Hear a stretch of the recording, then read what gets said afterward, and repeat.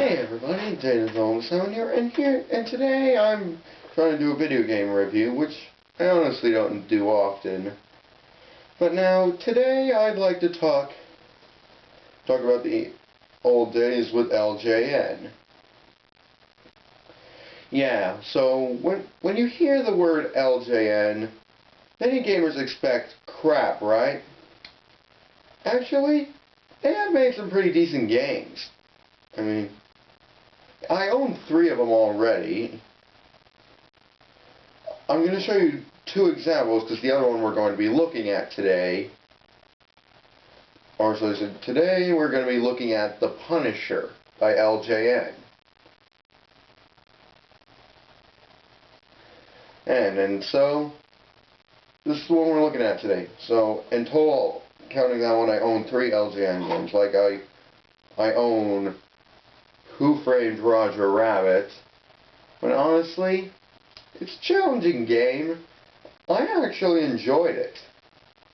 Unlike other people.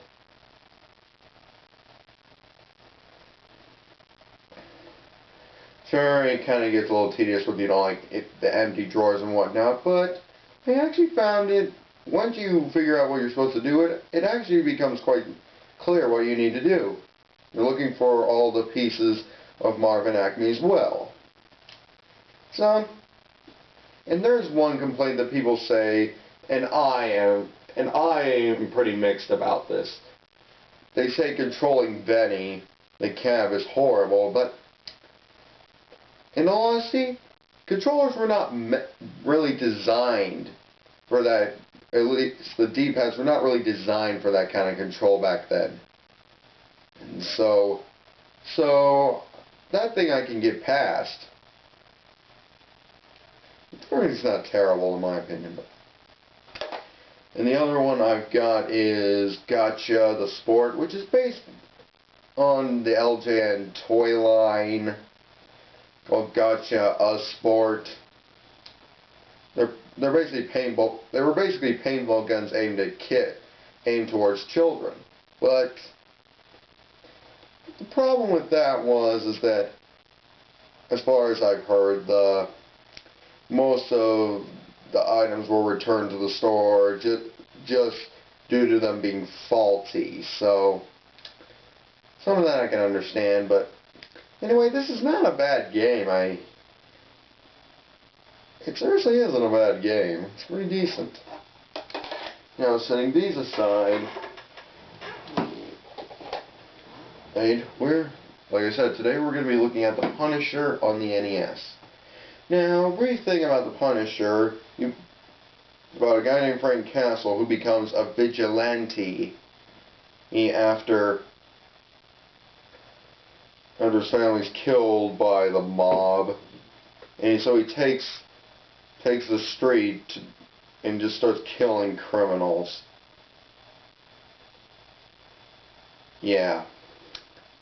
Well, if there's one thing the Punisher has done over the years, he has spawned 3 very crappy movies. One in 1989, one in 2004, and one in 2008. Sadly, I've watched them all, and it's just bleh. But the Punisher has had some great games, and in all honesty, this is one of them. It's actually one of the better LJN games. And so, alright, so I got the idea to do this after watching AVGN and had the NES punks dual review where basically AVGN tried to found a crappy Konami game while Pat, the NES punk, found a good, decent LJN game, which was this one. But now, I'm just going to do a review of it myself. So without further ado, power this puppy on. Yeah.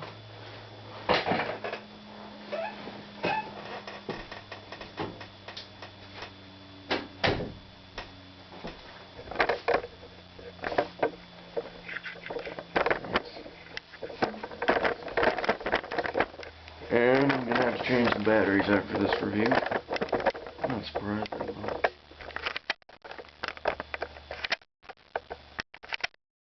Alright, we'll just do that.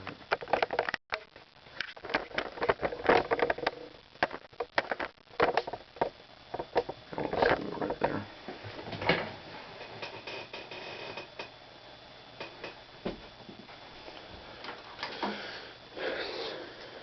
Oh, that's probably wrong.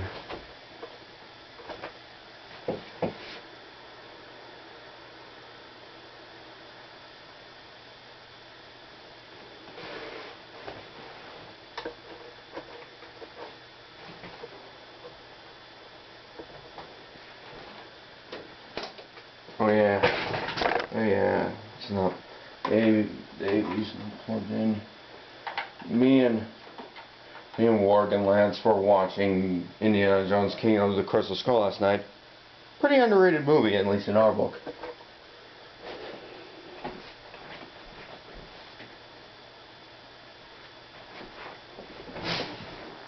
Alright, so LJN logo.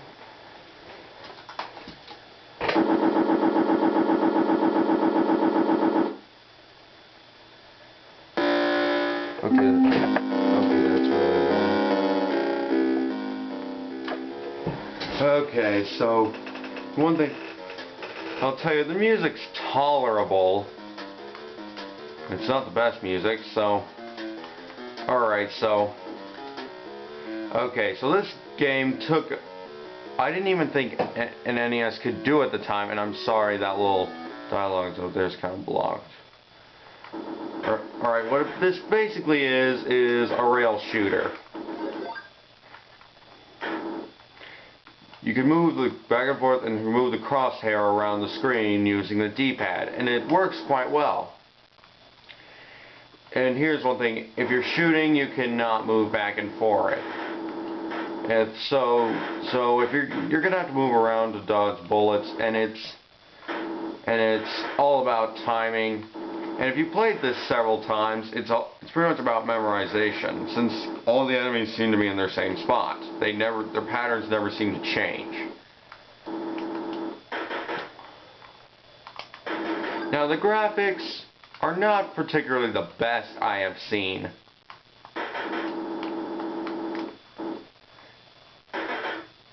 And there are some enemies, like those little green guys in the water, that will, it's not showing it really on camera, but they're a little hard to see. Alright, so the first gun your main gun you have is an Uzi that has limited ammo, but you can never run out. It'll just go to 1 and you'll end up shooting 1 shot at a time. You press B to throw a grenade, and you have to be really accurate. It has to be close to an enemy. And you can only aim that while moving around. And this game does offer a big challenge factor, is that some of the enemies can pile up very, very consistently, and you have no way to defend yourself. Okay, so one of the major flaws with this grenade is that it has to be close to an enemy, like I said, and it can just, any other enemy that's not almost really close to the other guy, it will not hurt them. It will not hurt them, but it can take out a window or something that's a little that is a little more or less near it.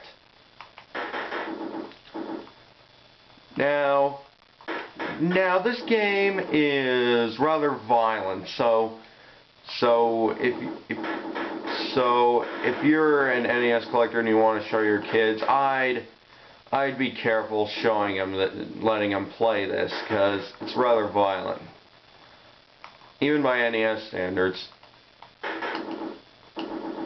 Okay, you can pick up 2 upgrades. You can replace your Uzi for a short time with limited ammo. This limited ammo machine gun. and that only happens once or twice in the level. That's the only music you'll get.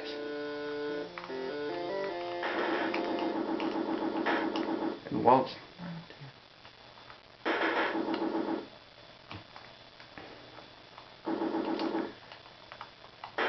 and so you can pick up like extra stuff. They're bonus worlds. You'll see the arrow, shoot the arrow to go in. You can find one-ups, pick up grenades, pretty much anywhere. And there are certain windows and stuff you can shoot at, and sometimes we'll give out something useful like a clip, health, stuff like that. And this is, and also, you know, it's really good if you memorize where all the guys are. I honestly have not beaten this game, but I can so basically the whole plot of the game is basically defeat all these Punisher villains, and so you can defeat the Kingpin in the game. Alright, so other flaws with the game is that it's kind of short as far as I can see. It's not a huge issue. It's not a huge issue, but it could be worked on a little more.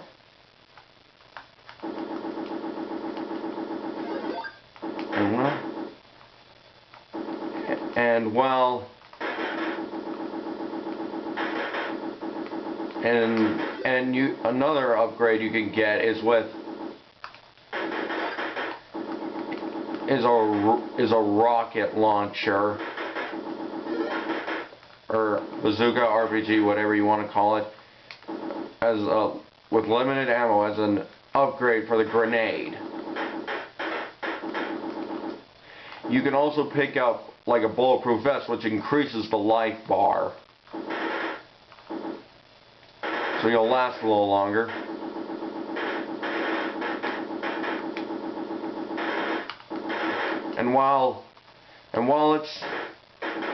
And you can pick up newspapers, which will give you hints, but there's a very limited number of them, so don't expect not to see the same one every so often.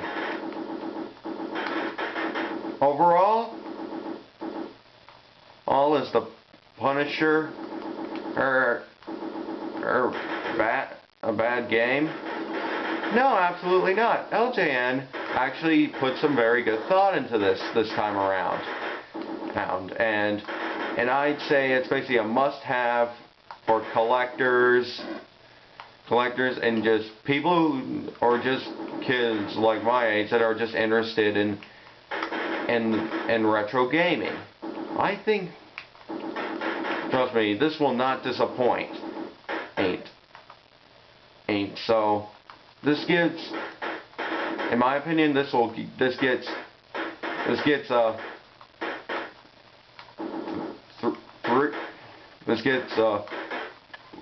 3.25 out of 5 stars with the title of great. Thanks for watching. Goodbye, my friends.